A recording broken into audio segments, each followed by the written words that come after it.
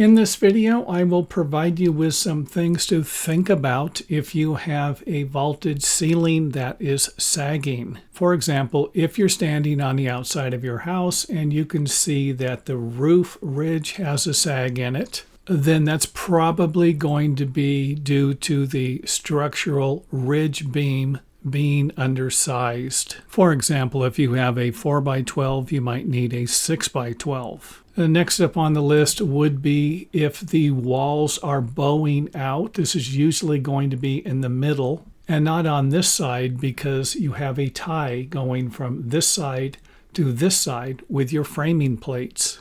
And if you have a bowed wall, there's a very good chance you're going to have a sagging ridge. These usually come as a package repair deal. And even though there are plenty of ways to fix something like this, I would recommend contacting an engineer. Or if you're not going to do that, make sure that you install a larger beam. And how large will be up to you, because if you don't contact an engineer, you're not really going to know exactly what size beam to use. And of course, if you have sagging rafters, they could be undersized also. For example, if you have a 2x10, you might need a 2x12. And in some cases, you might need to change the on-center spacing. So for example, if you have a 24-inch on-center spacing, you might need to reduce it down to 16 inches on-center. And as far as adding another rafter, for example, sistering a new rafter next to the old rafter and attaching it with either nails, screws, or bolts, I think this could end up adding more weight to the roof and creating more problems in the future if it isn't recommended by an engineer. And next up, let's go ahead and take a look at something else that might be easier to fix. And that would be if you have drywall that is actually sagging. For example, you might think the roof rafters are sagging, but it's actually the drywall that has separated somehow from the framing members. And if you have stains on your ceiling, there's a good chance you have a water leak from the roofing. And even though you can fix the water leak if that's going to be easy, I wouldn't recommend re-roofing that section of the house until you fixed any of the structural problems, if there are any structural problems.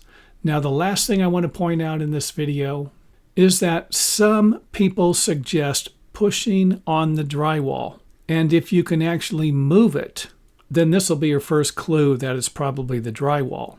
But I wouldn't recommend getting on top of a ladder and trying to push the drywall. Instead, grab a 2x4 and put it at an angle to where you're safely going to be out of the way, just in case a large section of the drywall comes off. You don't want to be underneath that, trust me. And you definitely don't want to be underneath this if the entire ceiling along with the roof framing and everything collapses. So that's why I'm suggesting a gentle push on the drywall, and only if you feel comfortable doing this. I cannot advise you on whether or not you should hire a professional, or whether or not you can figure out what needs to be fixed on your own. And the last thing I want to mention is a couple of things that I copied from AI that will also provide you with a little more information about these types of repairs.